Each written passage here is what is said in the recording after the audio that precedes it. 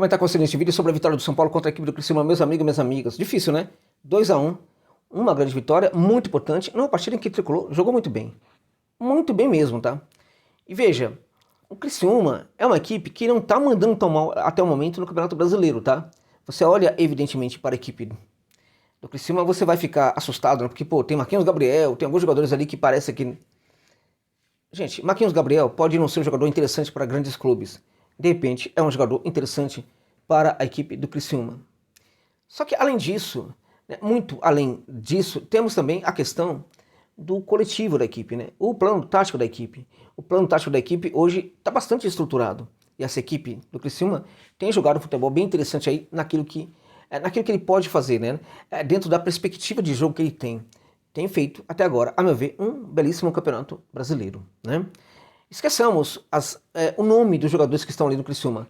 Olhemos muito mais para o esquema tático. E essa equipe foi extremamente defensiva hoje contra a equipe do São Paulo. Toma um gol logo no começo da partida, imediatamente, né? Começa a partida, já leva um gol, o que desarma muito os seus planos, né? Agora, os seus planos seria realmente de defender, né, de uma forma brutal a sua meta. E foi isso que o Criciúma fez. Ignorou completamente ali o gol que levou e passou a bancar o seu tipo de jogo. Um jogo ultra defensivo, né, fechando completamente ali os espaços quando a equipe do São Paulo chegava ali no seu campo de defesa, né? E tentando especular. A especulação pode não ter funcionado muito bem em alguns momentos da partida, mas essa especulação ela é perigosa. E ela exigia, na verdade, da equipe do São Paulo muita atenção. Na minha opinião, essa atenção aconteceu, tá? O São Paulo hoje foi uma equipe muito atenta para o seu adversário. Porque o Criciúma, ele até conseguiu chegar assim, né, a área e a meta do Jandrei, até conseguiu finalizar. Não teve, no fim das contas, um número de finalizações tão distante assim do que foi o número do São Paulo. Porém, a equipe do Criciúma, né, não teve eficiência para fazer gols. E por que não teve eficiência? Porque nunca teve possibilidade para finalizar muito na boa, né? Este é um ponto bastante interessante. Então, essa vitória do São Paulo coloca o São Paulo de novo ali numa posição da tabela mínima, é a situação mínima, né, ali na tabela, né, acima ali da posição do 10º colocado, que hoje é o Fortaleza, é o mínimo, porque o Fortaleza tem, a equipe do São Paulo tem a condição de chegar ali na fase de classificação Libertadores diretamente, e por que não batalhar sim por um título, vamos acreditar, tá? Vamos parar com essa história que o time do São Paulo é horrível. Ninguém tá jogando tudo isso, tá? Nenhuma equipe tá fazendo isso. Então, paremos de olhar pro São Paulo e achar que o São Paulo é toda essa porqueira que a gente tá achando que é. Não é bem isso não, tá? Mas antes de continuar falando disso e justificar porque o São Paulo não é essa porqueira toda, eu preciso fazer um parênteses, né? E falar que este vídeo tem patrocínio da OXBet. Né? Acho que eu ia esquecer, né? Não ia esquecer, evidentemente, tá? A OXBet é uma casa de aposta importante aqui para o meu trabalho, gente. Muito importante aqui para o trabalho, porque ela é extremamente confiável. É lá na Europa, tira como a mais confiável do mundo. É uma gigante, né? Do mundo das apostas. Eu não gosto de apostar, Josa. Então, tudo bem, peça perdão. Não é para você essa dica. Eu curto apostar, então essa dica é para você. Para de apostar aí, qualquer um aí, né? Casa de aposta, né? É que se envolve aí em problema. Para com isso. Para com isso, né? Vamos apostar de fato. Uma casa de aposta confiável, né? É que te entrega um atendimento ali sensacional, né? Que entrega os seus lucros dos seus ganhos ali imediatamente após o seu pedido de saque, né? Independente do valor, né? A OneXBet, não conhece, usa o link que está no comentário fixado para se cadastrar lá na OneXBet, tá? E coloque também o código promocional OneXJosa, que vai dar direito para você a um bônus de até R$3.000. R$3.000, né, no seu cadastro lá, tá bom? Então coloca lá. E seja feliz. E aposte com cautela também, viu? Tá? Vamos lá, não vai gastar todo o dinheiro para ver o jogo do São Paulo, aposta não, tá bom? Vamos lá então. Fechando o parênteses então e voltando a falar da partida. São Paulo jogou bem, gente. São Paulo voltou a ter um jogo legal. Não foi tudo aquilo que a gente espera, mas foi um jogo legal. Foi muito diferente do que foi contra os outros adversários aí nessas últimas 4 partidas que o São Paulo jogou. São Paulo hoje teve um mínimo de identidade funcionando dentro de campo. O esquema tático ainda se ressente, né? De jogadas muito mais elaboradas, de uma aproximação melhor, de triangulações em vários setores do campo, né? O esquema tático ainda se ressente de uma melhor organização quando chega a equipe no terço final, mas hoje tudo isso foi menos complicado do que em outros momentos. Por que eu confio ainda no Zubeldia e acho que ele pode ser durante muito tempo o técnico do São Paulo? Porque quando o mínimo funciona, já entrega algo muito interessante. E foi o que a gente viu hoje, tá? Então tivemos ali até mesmo uma disposição diferente de alguns jogadores. Claramente que tivemos um jogador no meio de campo matando todas as jogadas, né, a despeito de ter feito um belo gol, Matou todas as jogadas, gente, quase todas, né? O Lucas também hoje mal em alguns momentos também, né? Calheiros parece que não sei o que está acontecendo, né? Tá uma nhaca terrível também. Então tem alguns jogadores que estão ainda devendo bastante, né? O Luciano é o Luciano. Luciano enfim, é terrível, é desanimador, é frustrante, é difícil, mas, enfim, né? Com o Luciano que seja, a equipe hoje conseguiu vencer, né? O São Paulo também tem ali um problema no. Né? O problema é que quando a gente fala da qualidade do São Paulo, é, que para mim não é das piores, longe disso, né? Ela se complica muito quando a gente fala do goleiro, né? Porque esse goleiro é muito amador, gente. Não dá. Não tem a menor condição. Olha só, muitos podem falar, e o Yang? Gente, também não é grande coisa, viu? Não é grande coisa. E na verdade é complicado para um técnico que chegou agora ele não colocar o reserva imediato, né?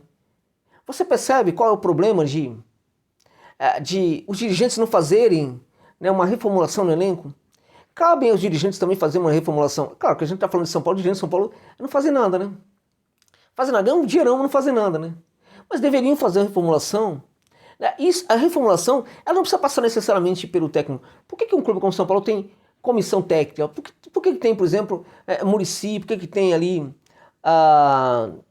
enfim, outros ali participando ali do futebol? Muita gente participando do futebol, né? Técnico interino, como a gente sabe, ali participando do futebol também, o departamento de futebol. Se você não utiliza esse departamento de futebol com esses profissionais para fazer um balanço sobre os jogadores ao final de toda a temporada e fazer uma reformulação.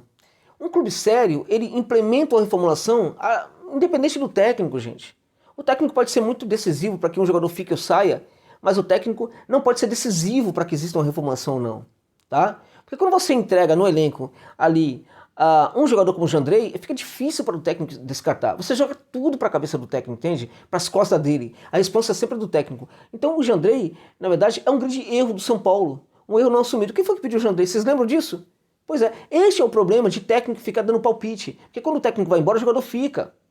Entende? Mas isso é um debate muito difícil aqui no futebol brasileiro, né? Então não vamos fazer nesse momento. O que a gente deve fazer nesse momento é falar sobre o São Paulo, que conseguiu obter uma vitória importante, sabendo dominar um adversário que é complicado, tá? Não é um adversário tão simples assim. O São Paulo não deixou o Criciúma jogar hoje. Isso não é pouca coisa, tá? Tivemos ali no final da partida um gol que foi cedido pelo São Paulo para o Criciúma. Cedido pelo goleiro, que às vezes parece um amador. Às vezes parece que ele tá jogando, sabe, futebol.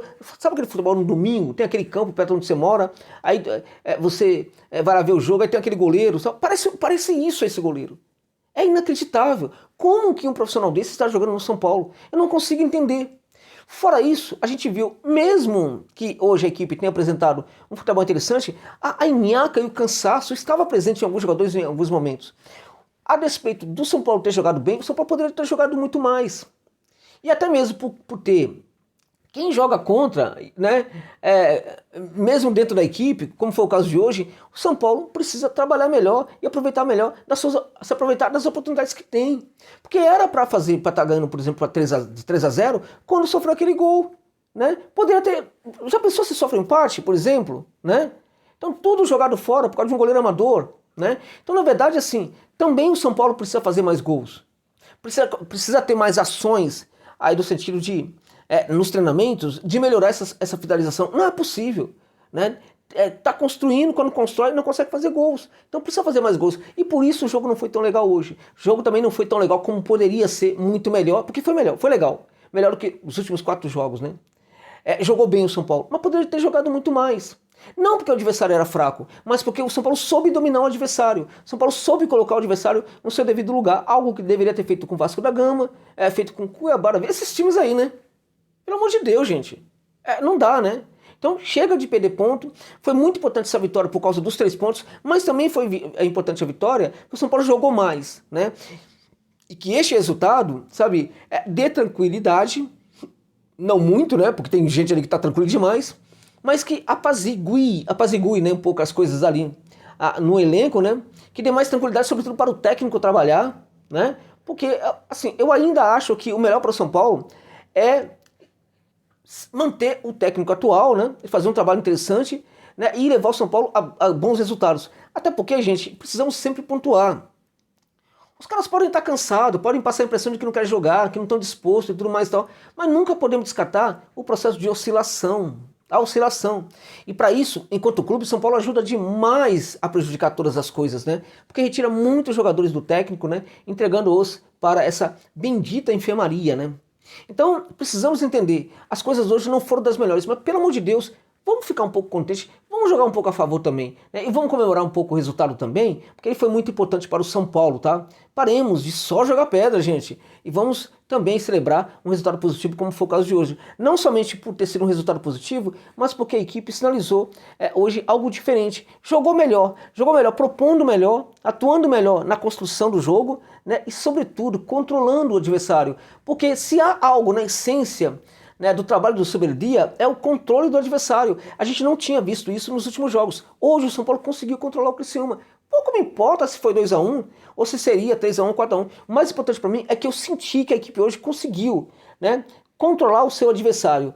Além disso, conseguiu jogar melhor, construindo o jogo, sendo propositivo, e conseguiu também evitar o pior, né, ali no meio de campo, onde as coisas estavam melhores do que em outros jogos. O combate era muito mais interessante nessa partida também. Então hoje é só alegria, é para comemorar. Comemoremos e paremos de criticar o tempo inteiro, né, porque precisa dar tranquilidade também lá para a comissão técnica e para alguns jogadores que querem jogar, né, poderem trabalhar, gente, tá bom? É isso.